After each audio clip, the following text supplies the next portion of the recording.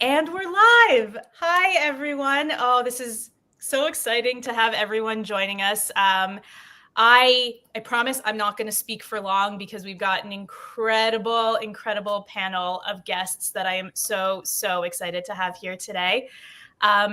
So welcome, everyone. I am excited to have you here for this very special webinar that we're hosting to really end off Women's History Month. It's obviously hosted by your one and only Host Agency Reviews, the Voices of Innovation, celebrating women's leadership in travel. So my name is Shayna. If we haven't already met, I am the Managing Director here at Host Agency Reviews, and I will be your host for today's fun and amazing conversation. As we all know, the travel industry has long been shaped by strong, visionary women. And today, I am so honored to spotlight 4 incredible leaders who are not only trailblazing in their respective roles, but also actively shaping the future of travel through their innovation, resilience, and community building. Personally, they also happen to be role models of mine as well. So I'm personally incredibly excited. But today isn't just a celebration. It's really a conversation about what leadership looks like today, the unique challenges that women face in our industry, and the powerful ways that these women are redefining success on their own terms. So whether you're here just to be inspired, to learn, or just to connect with a community of like-minded professionals, I know a lot of you join us quite frequently. We're really glad that you've come to join us. So let's dive in. That's going to be it for me other than asking the questions. But I am thrilled to introduce our amazing panelists, or really let them introduce themselves. Our first panelist really does need no introduction, but we love hearing from her. So our founder here at HAR, Stephanie Lee, can you give the people a short intro, or maybe something that they don't know about you? Granted, I feel like that would be hard to come up with. Well, no, I've got a good factoid. I've now been bitten by 2 of the 3 venomous spiders in North America. So I'm working on the Black Widow for my 3rd, and that's my fun little factoid about myself. Was recently bit by a desert recluse here, so it's fresh on my mind.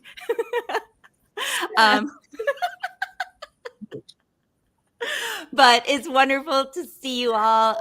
Founder of Host Agency Reviews. I founded it about 12 years ago. And it's been really fun to see the expansion of not only the site, but just travel industry, like the travel advisor community in general, and kind of the resurgence of it, and to be a part of that.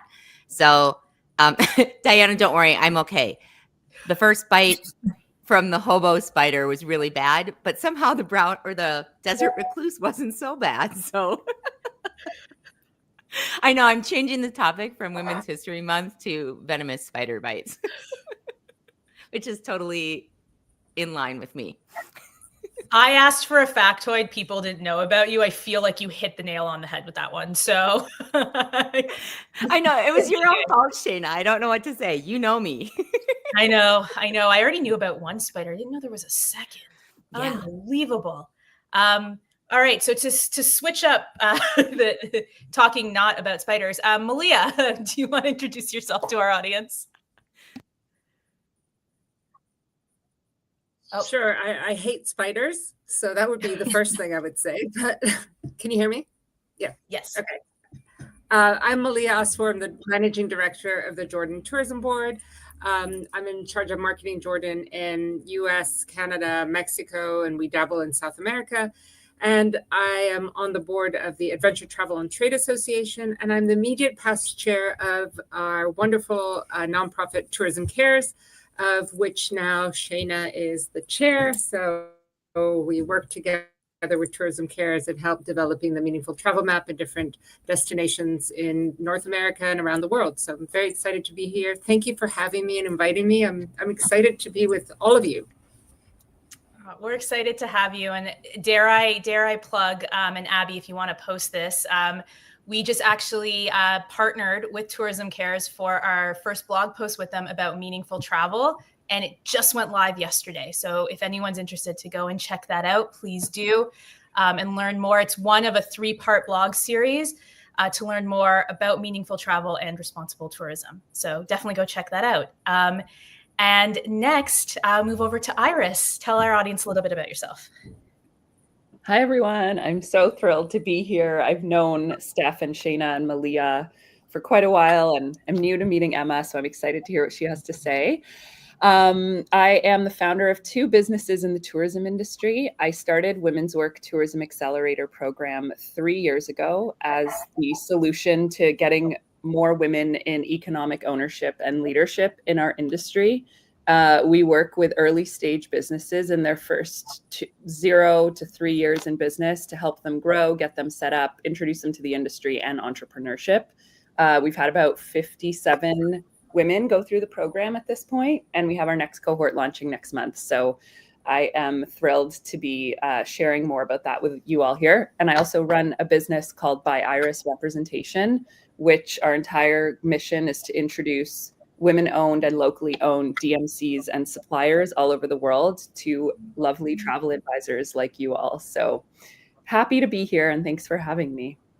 Oh, we're so happy to have you. I'm so excited. I love that we live in the same city too. If you could come back home to me, that would be cool. And before we jump into the questions, Emma, we would love to hear a little bit more about you. Hi, everybody. My name is Emma Weissman, and I'm the executive editor of Travel Age West, a trade publication for travel advisors. And I also host 2 travel podcasts, Humans of Travel and Trade Secrets, which is co-produced with Travel Weekly. Steph has been on both shows. And just announced yesterday, I will be the new editor-in-chief of Agent at Home magazine. So thank you. I'm about to embark on a brand new adventure starting April 1st, and I'm so thrilled to be here. I feel honored to be in this company and just feel as if I'm amongst friends. So I'm really excited to get into the discussion. Oh, we are so excited for you. If any of you had been backstage with us about 7.5 minutes ago when Emma first told us that, we were all so excited. And congratulations again, Emma. We're so excited for you. All right, so if you're ready, I'm going to start to jump in. We do have a very full roundup of questions for these incredible women. But if you in our audience have any questions, please feel free to post them in the comments, and the wonderful Abby will pick them up. If we have some time at the end, we will get to them. Or if you have any just comments, some love you want to share, we absolutely enjoy that too. But I'm going to get started with Malia with our first question. If you could share a moment or an experience that made you think, I want to get into the travel industry. Sometimes things just kind of fall in your lap and happen for a reason. And when I was 16, my dad was involved in the travel industry. He owned a DMC in Jordan, and I worked with helping make American Express cards. But there was people coming in and booking tickets to go all kinds of places. And I sort of was like, ooh, this sounds like fun kind of thing. So it's been in my DNA since actual birth. I have a mother who's from the US and a father from Jordan, and I've been traveling since I was a month old. I've crisscrossed the Atlantic at least 2 or 3 times a year, and since I was born, and I've just always have loved meeting people, touring the world, breaking down barriers because you connect with people on different levels around the world. And it's just in my gene, and luck just manifested itself. And I've been working in the travel industry for over 30 years now, and I absolutely love it. Wouldn't want to do anything else, actually.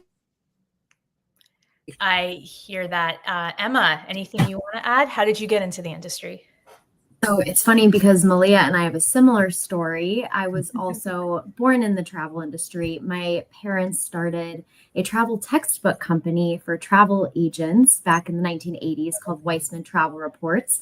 So I grew up going on press trips with my dad as his +1. So I got to go all over the world, watch him just experience these new things, meet new people, ask questions.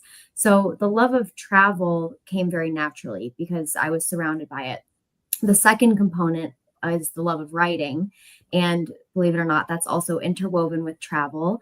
My parents were divorced, so I would fly between my mom and my dad's homes growing up between New York and Chicago. And while we were flying, this was before, the back of the seat monitors, my dad would ask me to tell him stories and he would write them down for me. So really instilled a love of storytelling at a very, very young age. So kind of similar to Malia, like I was born into it and it was all around me and it just was a natural fit. Amazing. What about you, Iris? And were you born into it, or was it something that you kind of, as you were going through your career, kind of found?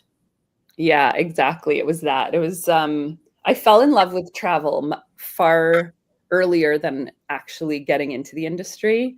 I spent a semester abroad when I was 16 in Italy and just, of course, absolutely loved it. Loved the independence and the freedom. Never thought about it as a career.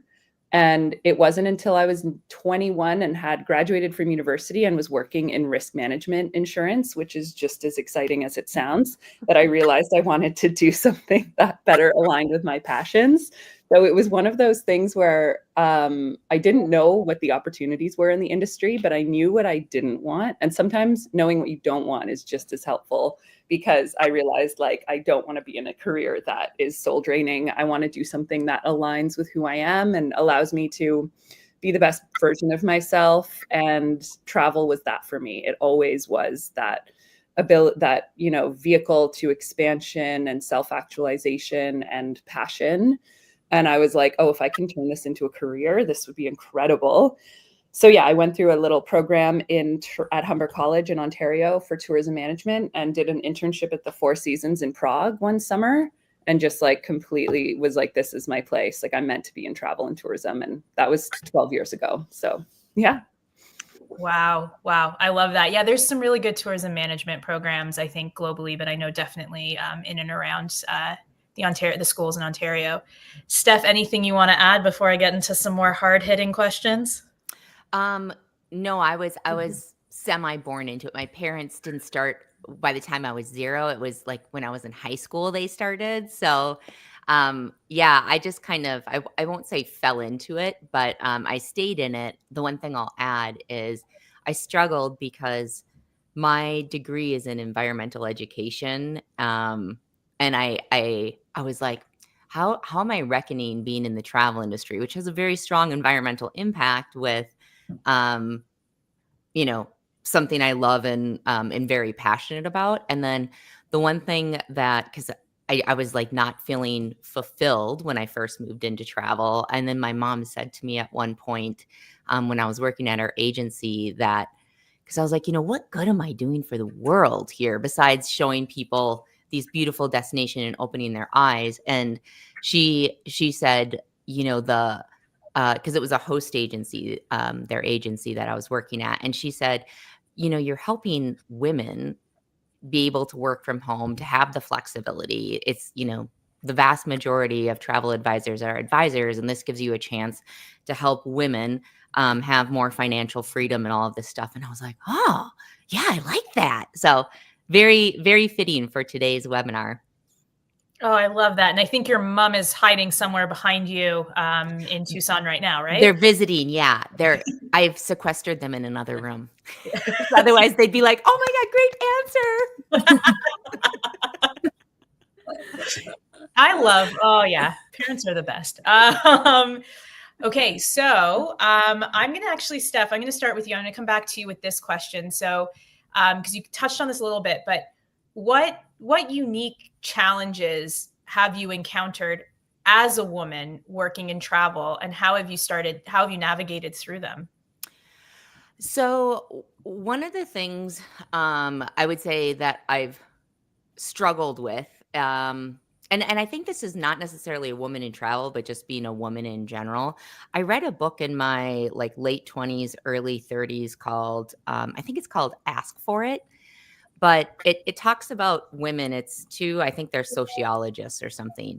And they talk about women and how women why there's that pay discrepancy between males and females often. And part of it is because a lot of women will leave the workforce and then come back in and miss promotions and things along those lines. But the other thing was that women don't even know to ask for things, and are used to being so nurturing that charging fees, for instance, as a travel advisor, that's something that can be more challenging in general for women compared to men because they want to be helping out. And so that was something that was really eye-opening for me because I didn't know that you could negotiate salaries. I didn't know they were good. No one told me that in college.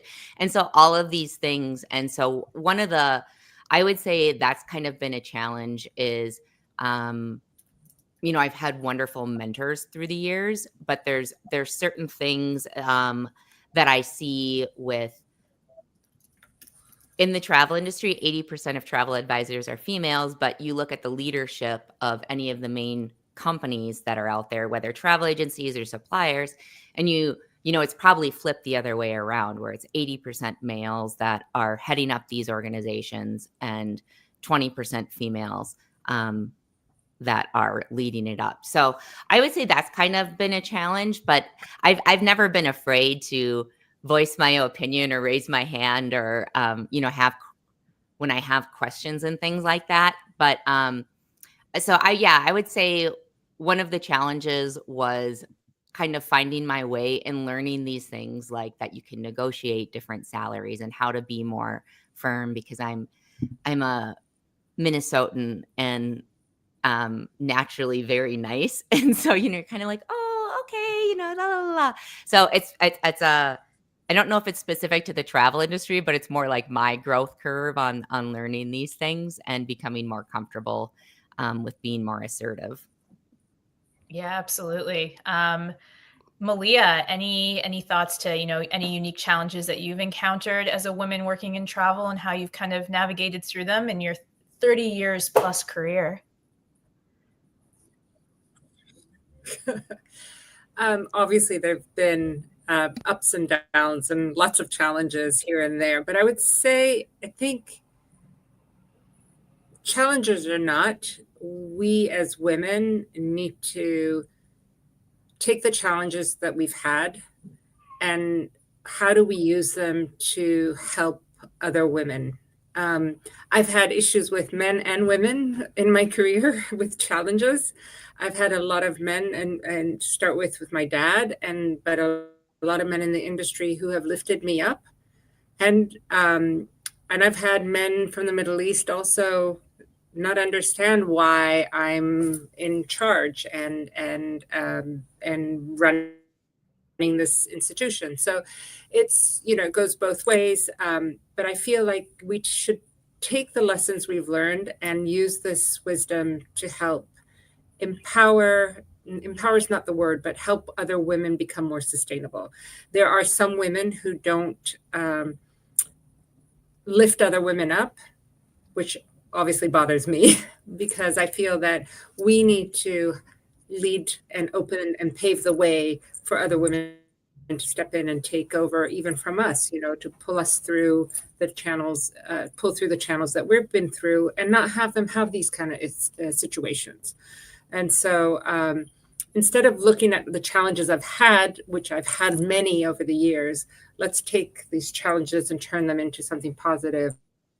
And we as women help women in our industry grow and flourish and bring other women up with us.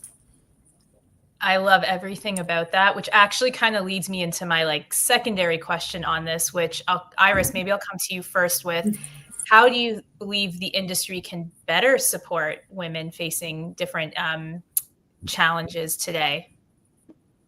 Well, this is a good question, and it's something that I personally haven't had the experience of struggling with, but I've seen a lot that the expectation when you work in travel, especially if you're a travel advisor or work in PR or marketing or trade development, the expectation is that you're on the road a lot.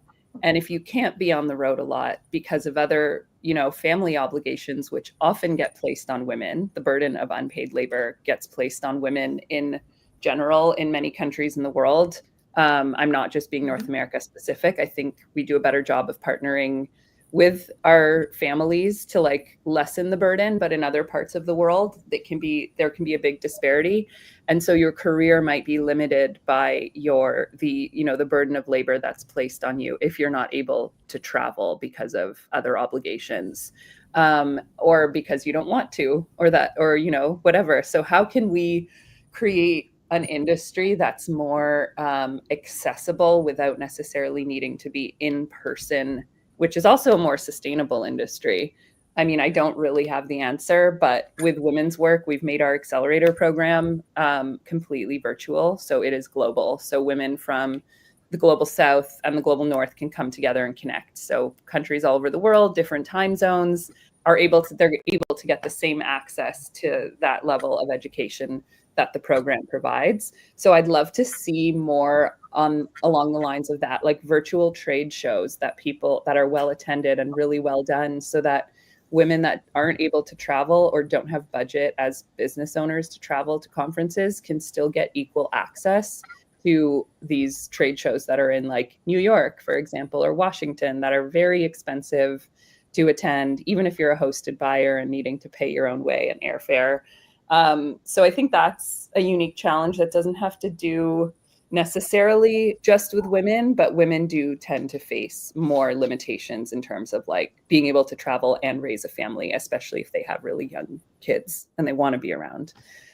So that's one thing I would say. I'm trying to think if there's anything I would add to that. I think male allyship is also very important in growing ourselves through work. Male and female allyship, as Malia said, like we need to pave the way for other women. I am always available to take calls with anyone that wants to get into the travel industry, because I think it's really important for us that have been in the industry for a while to open the door and like lend a hand and not be threatened by the women that are entering the industry. I've experienced a lot of woman-to-woman bullying within organizations from women that were higher up than me that maybe did feel threatened.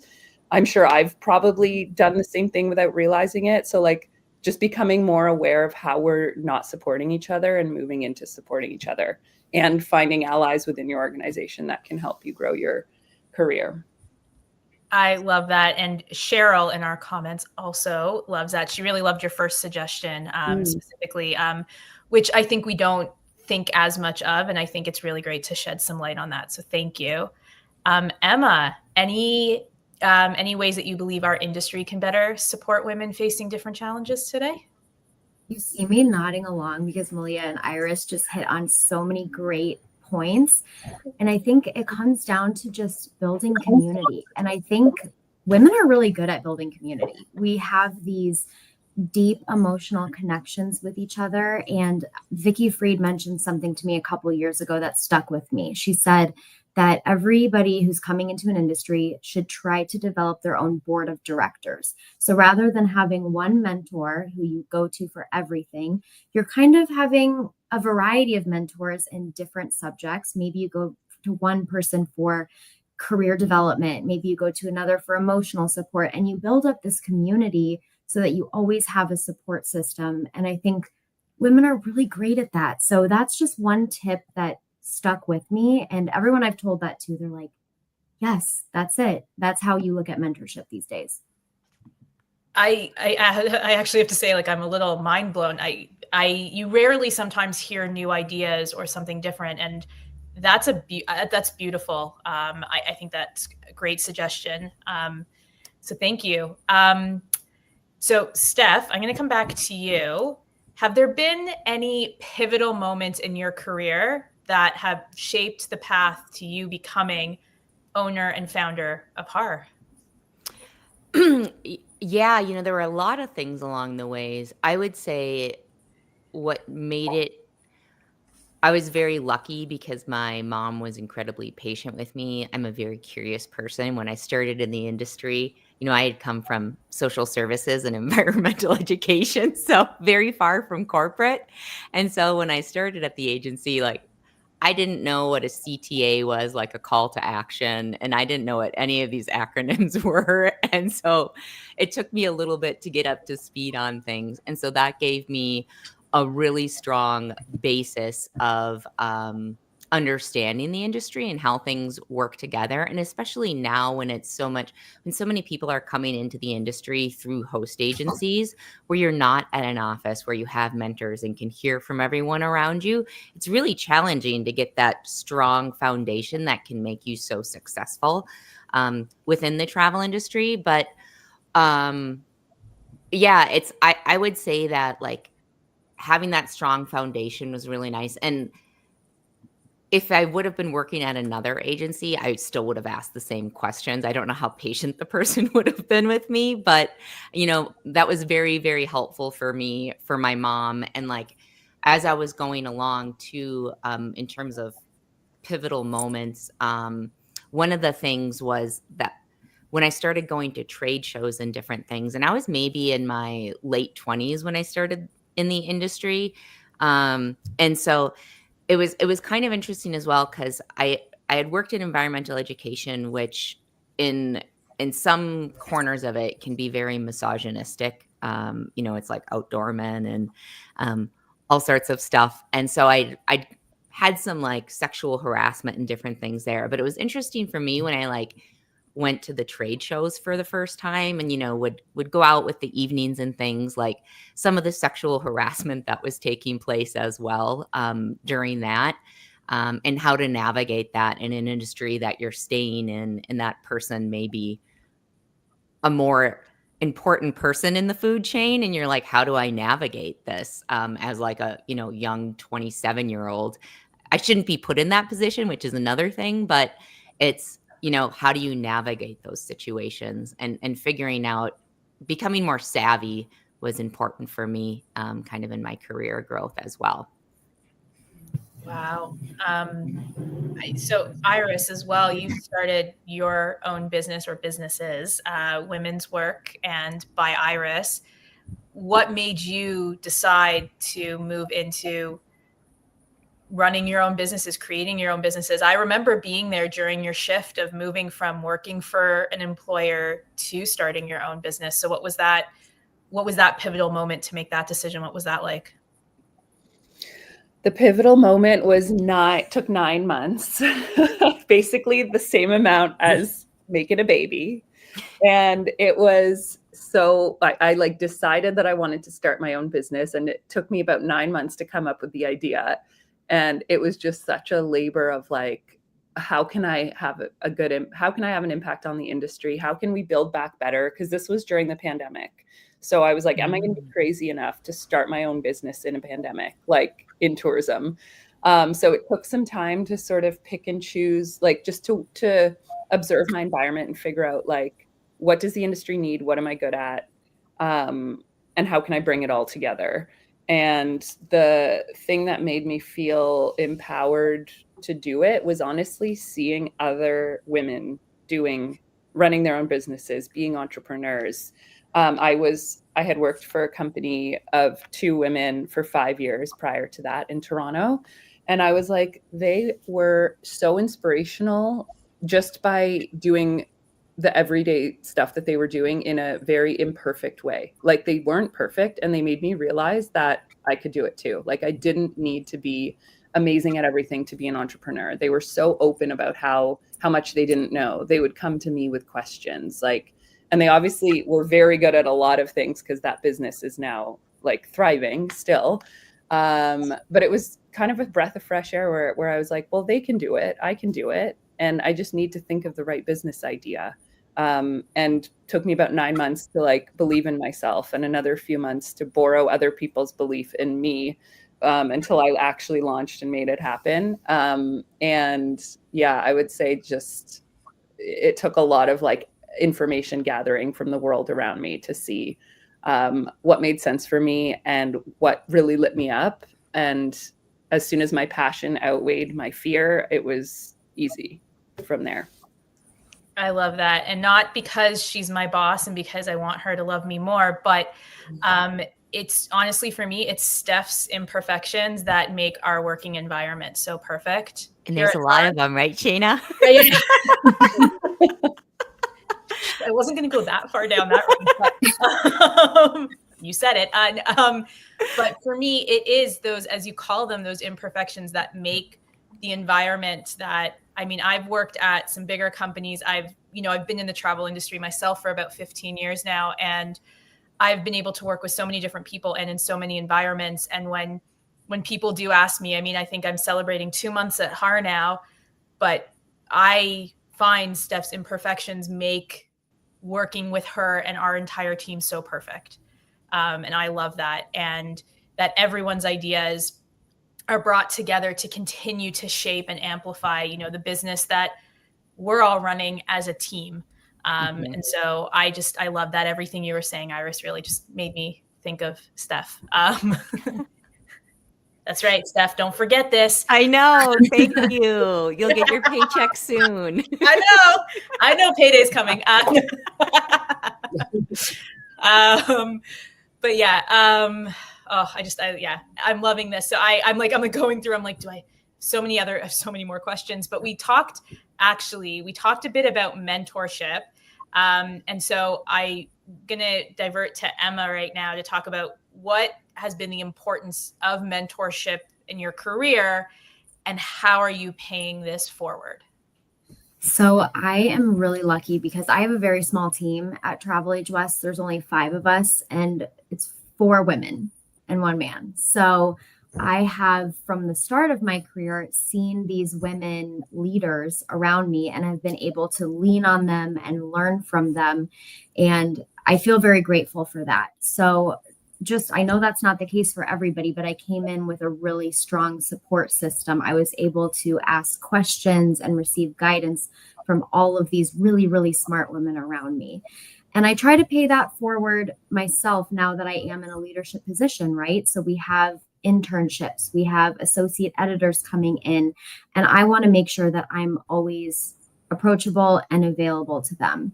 Outside of just Travel Age West, when you go to conferences, the media is a small group of people, but if there's someone new, you take them under your wing, you get to know them, you ask them about themselves, and you ask if there's any questions that they have about the show that you're at, for example. I remember when I came in the industry, I was almost paralyzed with fear when I would walk into a room because everyone just seemed like they knew what they were doing. They had been in the industry so much longer than I had. And it really took going and introducing myself to people and then reintroducing myself to people to start forming those relationships. So I guess one takeaway for anyone listening is to really put yourself out there. And then even if you've already met someone, go and reintroduce yourself to them, because that's how relationships grow and that's how mentorship forms. I absolutely agree with you. I say no shame. Just go say hi. I think that's one of the things I love about this industry in particular so much is everyone is just so open to meeting each other, introducing you to other people that they think would be great for you. I think it's something, we're such a big industry, but we're also such a small one. And everyone, I find so many take the time to do that. So take advantage of being in this industry. Malia, what about you? The importance of mentorship within your career, and how are you paying this forward? Besides you being a mentor to me, how else are you paying it forward? Well, thank you for that. I love you, Shayna. And Steph, you're so lucky to have her. I just have to put that plug in because I adore her, and her following into my footsteps at Tourism Cares just makes it like the best thing ever. So she's going to make that organization fly, and I'm very excited to be behind pushing and helping. Are you crying? Don't cry. I'm a suck. I'm so uncomfortable when people compliment me. This is very, Anyways, continue. Continue to say more. I think it's so important to pay it forward. And I think we do that through so many different ways in our careers. I think for me right now in my career, what I like to do is to pay it forward through some of the meaningful travel work that we've done, helping with local communities, making sure that travelers work and go to visit local communities in the countries around the world where they can have an impact, where tourism can become a force for good. And especially like the work we've done with Tourism Cares, it's been really phenomenal when you go and you take travelers to visit a local community. And when we went, I'll give you an example. In Jordan, we went to a local community. We started off in 2018 with Tourism Cares. They were weaving rugs, and they had 17 women from the local village that were learning how to weave rugs and becoming part of this industry. And they make beautiful rugs and baskets and stuff. And when we went there, they had 17 women. When I went back this time last year, I was there and I went back to visit them. And the woman's like, we now have 350 women that now are on payroll in the community that come in and work there. And then they have another 1,800 women in the community that do ad hoc work with them. And they were able to get a contract with IKEA. When you see something like that, where you've been able to start off with nothing, and just the tourism sector just amplifies it and gives it growth and helps these women be able to send their kids to university. And one of them ran for a governor, and one of them had their husband taught her how to drive a truck, and she's a badass, and she would get in her truck and she would go around the village, and all the women would get into the back of the pickup truck and go to work and start making these rugs and these carpets and stuff. And it's such a cool story, but I feel that the more I can do internationally to help these communities, the better it is for our travel industry as a whole.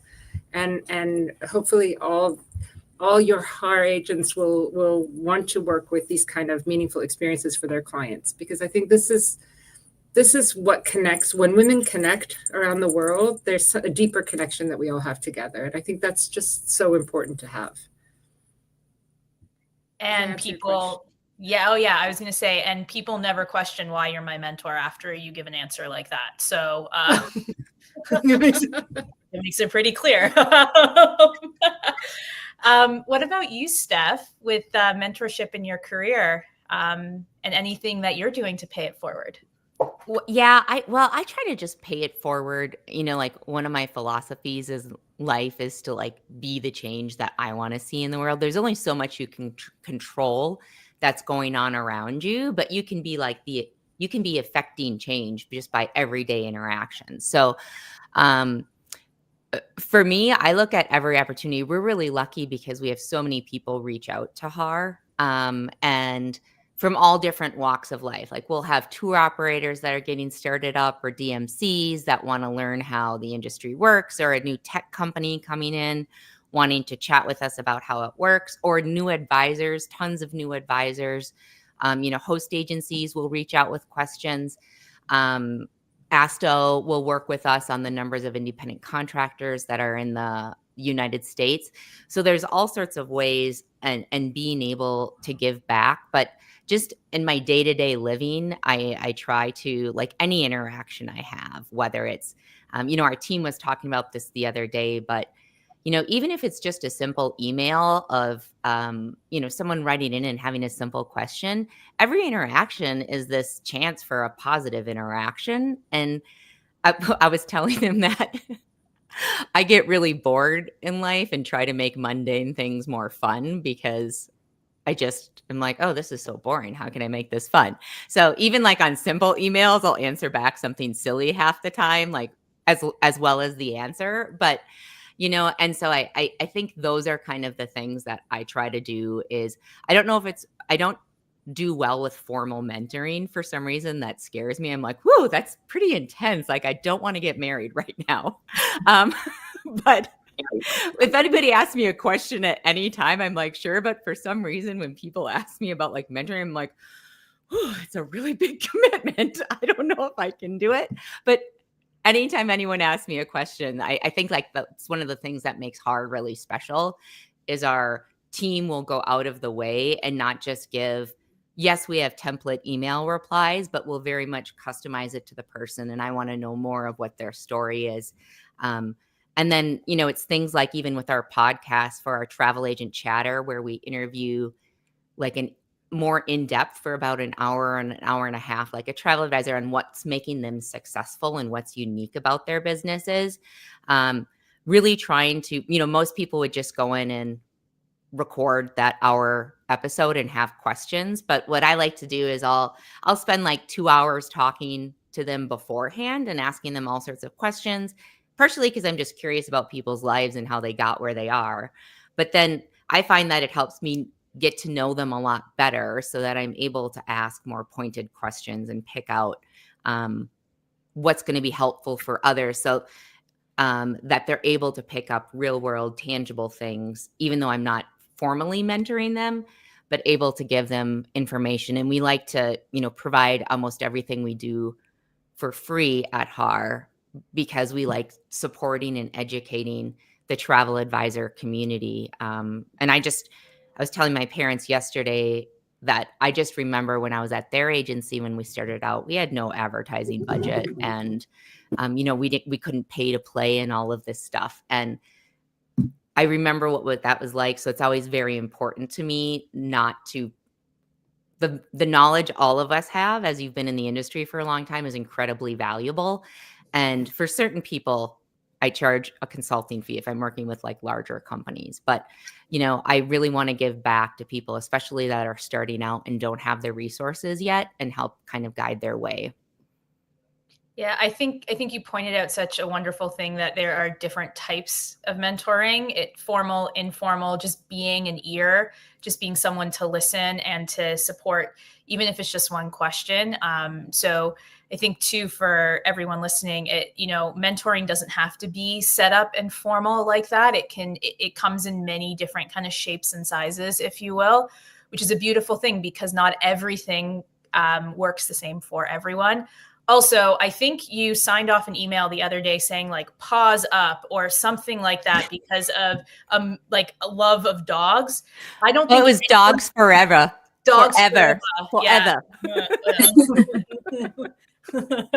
If anyone didn't know, Steph is really cool as well. Yeah, but yeah, I think the response was, I've never seen or used something like that, and we'll use that in the future. And it just builds a relationship already. So I thought it was pause up. I'm going to use that one then. That's cute. Yeah. Yeah.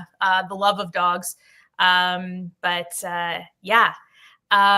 Okay. So I have another question, Iris. I'm going to come to you with, how have you seen this industry evolve in terms of gender inclusivity? And what changes do you still think are needed? I would say that we're starting. Well, okay, I've been in the industry for 12 years, which is actually crazy to say out loud. I think we've come a long way. I think we're starting to really generate more awareness of the fact that there is a gender gap in our industry. The exact numbers are 60% of our industry is made up of women, but less than 8% of executive positions are held by women in the industry. So, 92% of the money and power is not with women and non-binary folks. And that's a big disparity. And I think like the research is starting to activate people a bit on the fact that there's a problem. Awareness is the first step. We have regressed in terms of equality because of the pandemic. I think it's going to take us like 20 more years now to reach parity or equality in the industry, unfortunately, but that's okay. The pandemic did set us back. And I'm just seeing that the fact that there is awareness and people are doing things for Women's History Month, people are putting money and budgets into supporting initiatives. Like we have 4 corporate sponsors, at least every cohort, for women's work that allows minority women to attend our program at a fraction of the cost. And it's sort of like these small steps where people are chipping away, moving the needle a little bit is what's making the difference on a small scale in getting more, diverse women into leadership and ownership. But I think we do need more people on board with the fact that there is something we can do to change, to create more equality. I think folks are like, what are you talking about? There's no problem. Like everything is fine in a lot of organizations. And just like, having them hear more about people's lived experience as a woman or as a woman of color is going to activate them more into making a change. So just communicating about it more, creating more awareness, and being open about the fact that there is an issue is what we need to be doing next. Yeah, absolutely. Emma, anything you'd want to add on how you've seen this industry evolve and any changes that you would like to see or still believe are needed? Yeah, I completely agree with Iris. And, I think, especially when you look at the top of the funnel and in the C-suite, and there's just not enough representation from women. And I think part of the problem is when you think about women in business, it's really easy to put them in a box, like to judge them based on appearance. It's like, is she dressed well? Is her hair neat? Is she thin? Like, those are still conversations being had, especially when it comes to like family planning. Oh, what's going to happen when you have kids? I just got married in September and I'm already getting those questions. And how is that going to impact your work? How is that going to impact you as a leader, but also a traveler, since you're in the travel industry? My dad has 3 kids, but I don't recall anyone ever asking him how it was going to be when he had a family, and he's gone, 70% of the time. So I think there's still a long way to go. On the positive side of things, I think I'm saying this as a member of the media is doing a great job of pushing up people who deserve to be celebrated. And just one example of that, Travel Pulse yesterday put out its influential women in travel list. I believe they started that list in 2021. So I think, as a member of the media, we have a responsibility to be talking about these things and to spread awareness about these issues and to lift each other up. Mm. I love that. It was a beautiful article. It was one of the first things I read yesterday. I start my day with about 20 to 30 minutes of I get flooded in with all the articles from everyone in the trade media. And I love hearing about what's going on. So I totally agree with you. I think that's wonderful.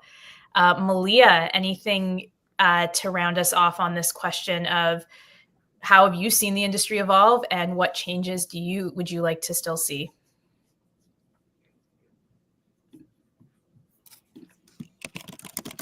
Did we lose her? Got you. Yeah, we got you muted. Oh, I'm back. I'm here. Can you hear me? Yes. Yep. Yeah. Okay. I think we have a long way to go. I mean, especially in the West, we're getting better, but in other parts of the world, we're still lagging way behind. And so an example was I was in India a year ago, and I spoke on a women's panel, and one of the women said, "Oh, look at us! We are equal to men." And I had just been in a hotel in India, and I had talked to a barista who was a female, and I was asking her before I was going up on stage. I was asking her some questions. I'm like, "So are you paid the same as the male barista?" And she said, "No, of course not. They make more money than I do." And she said that, and if he makes a mistake, it's my fault. So there's still a lot of discrepancy. And the women on stage, one of the women owned a DMC, and she was like, we're equal. And I said, can you name one general manager of a hotel that is a woman? Can you name one CEO of an airline that is a woman? It's hard to find, right? They do exist, but they're not very many. And so I think we have a long way to go. So it's our responsibility as in leadership to help this agenda. I think we need to move forward in what do we do to get more women involved and to speak up, to not sit back, to ask for their rights, to ask for better pay, to ask for positions, to volunteer into getting into the positions that they are, but have a backing of other women to push them and to help them get there if that's their desire. And so that's my frustration. My frustration is we see discrepancy here, but the discrepancy between East and West is so huge that gap is going to take a long time to fill. And if we don't bring them up with us, then they're going to lag more behind, and that will affect our business. So we need to work together worldwide, really internationally, to build this together. Those are my 2 cents. That's how I feel. I know. I feel. Yeah. I agree. I think that for me, the part of that story, and you've told me the story before, but not recognizing, your fellow panelists, not recognizing that it is something to be discussed and that it is something that, isn't currently working, but she almost was afraid to admit it. And I love that this entire panel discussion today, and many that I've, sat in and on the past, we talk about what's working, but we also very openly talk about what's not working, which is incredible. Both are incredibly important. So yeah, I hope that, in the future that panels like that, they're more open to discussing, yeah, you're right. Like there still is discrepancies with my personal business. There may not be, but this is, there are others out there. So one last question. I raised 2 kids through. Wow. Sorry, Jen. I was just Emma. I raised 2 kids through this whole process of working, and they're in college now. But I am here as a resource for anyone who's raising a family and in the travel industry. It's not easy. You have to do a lot of juggling, but you have to be out there, and your career. It's important for your kids to see that you have a career too. And that you are able to stand on your own 2 feet. So I'm all about helping other women move forward in that direction too. And one thing to add to that too, Malia, and I think this is a challenge that like women have to go through that men don't, is maternity leave, and the worry that when you leave, maybe, you won't have, I know it's illegal to you can't take your job away, but that you're coming back and maybe someone has leapfrogged you, or maybe your role has completely changed in some way because you're taking that step back. But I think as women, we need to also protect those people who are going out on parental leave and make sure that they're not left out of the conversation, and we're not making decisions for them about their job while they're gone too. And I will be, if I have children, Malia, I'm coming to you first for all the resources and advice. You should. Happy to help. I think it's also important too, like, there's so many female business owners out there. That's one of the reasons I love like the host agency world is, but again, it's like, be that change that you want to see in the world. Because if you're like, I really hate that maternity leave is only 4 weeks or 6 weeks or 8 weeks, at HAR, when Mary had Avi, we were a very small team of 2. But like I set up a maternity policy, and it was, like 4 months of paid. And then like if she wanted to take more time, she was able. But then also going beyond that, because there's maternity leave, but thinking about just parental leave in general, so that fathers are able to take time to bond with their child and support their partner, so that maybe they can each take 4 months off at their job. So there's 8 months where someone's able to be with the kid, and not just one person having to care for an infant by themselves. So I think there's a lot of power in owning your own business and being able to, everything you didn't like about where you were working or things you don't like about society, you have the power to enact them, which is a really cool thing, and you should exercise it if possible. Absolutely. So we're coming up on kind of the last 5-6 minutes. We did have one question in the chat, but thank you, Abby, for the question. We actually answered it in our podcast last week. So Abby shared that. So please go take a look at that podcast. But I'm going to do one final question, and we'll go around the table, or around the virtual table, if you will. And I would love for everyone to leave, what is a piece of advice that you would give to women looking to break into the travel industry or driving towards a higher level position, either or? So let's start with Iris. I would say there are going to be a lot of things that might hold you back in doing this, and don't let yourself be one of them. Like, your self-doubt is going to arise no matter what, but the important thing is to work with it. It's not to not have it. Like, I had a ton of imposter syndrome in my career, and I worked through it. I found champions that really believed in me. So whether you're looking to get into the industry or higher level positions, do your work to find people that will support you and champion you. Having those advocates for you in your corner are going to be super helpful. Connecting with influential people, telling them what you're interested in and what you're all about, and seeing how you can support others. I love networking. I know most people hate it, but I like it because I go into it wanting to help people. Like my mindset is, what can I do to support you? Whether it's working for you as like you being one of my clients and me helping you with something, or doing something for you for free.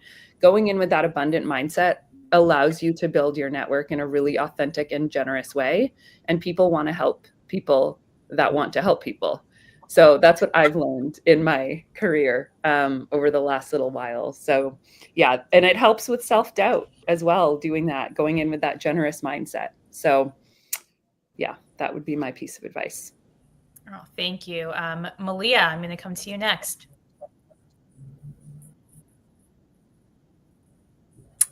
I guess don't sit down. Like keep pounding the pavement. You go to events, put your hand up, ask questions, identify who you are, and network. I mean, I'm so proud of Iris, for example. She was working with To Radar, and then she calls me up and she's like, I'm starting my own company. I don't know what I'm going to do. And I'm like, you're going to do great. Like, it's so awesome, right? So it's like, you can't let the noise in the room stop you from achieving your goals. And I think trust in yourself and move forward. And if you need help, you contact one of us, and you'll have a force behind you to help you go forward.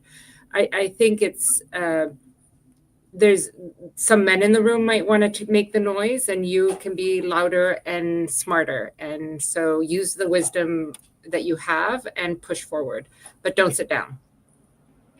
I love that. I also think, just to share with the audience, we reach out to each other, I'll use an instance of like, Iris has this wonderful new client, and she reached out to me and said, this is a space that you've worked in quite heavily with companies like this.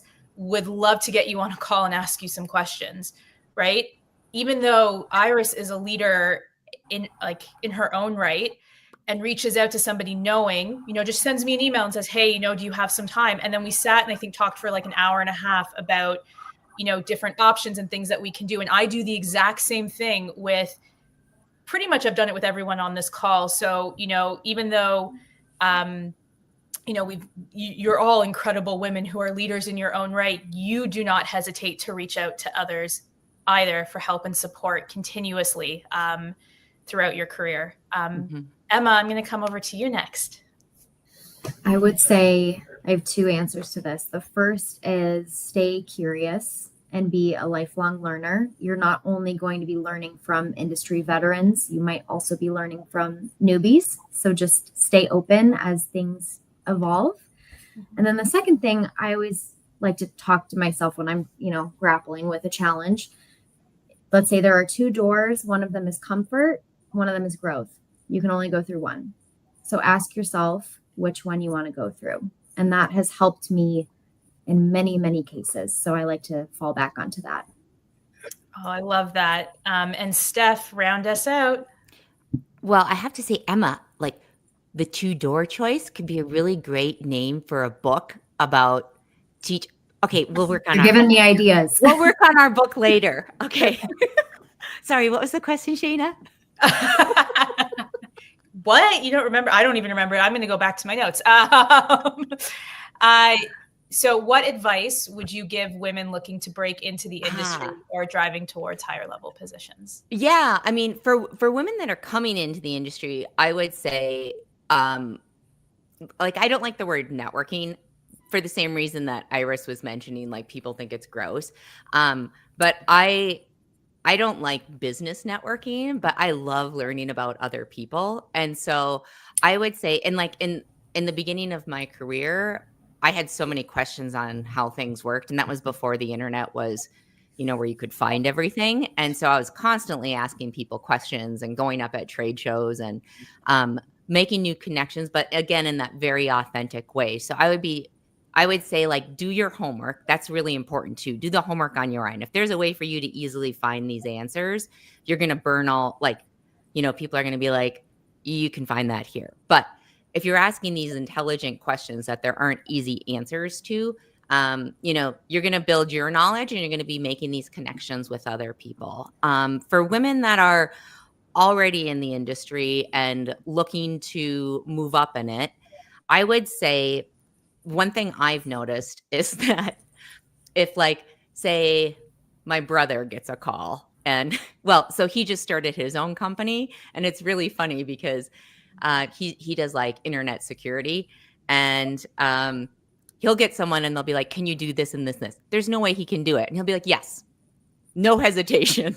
Versus when I started my company, like, I would have people wanting me to come consult on their like host agency programs. And I'm like, do I have the time and the energy? And so I would say, like, always take that call, do that, even if you're like, I'm not a great public speaker. For those of you that are watching today, you might be like, Steph was born talking on screen, and that's not the way it was.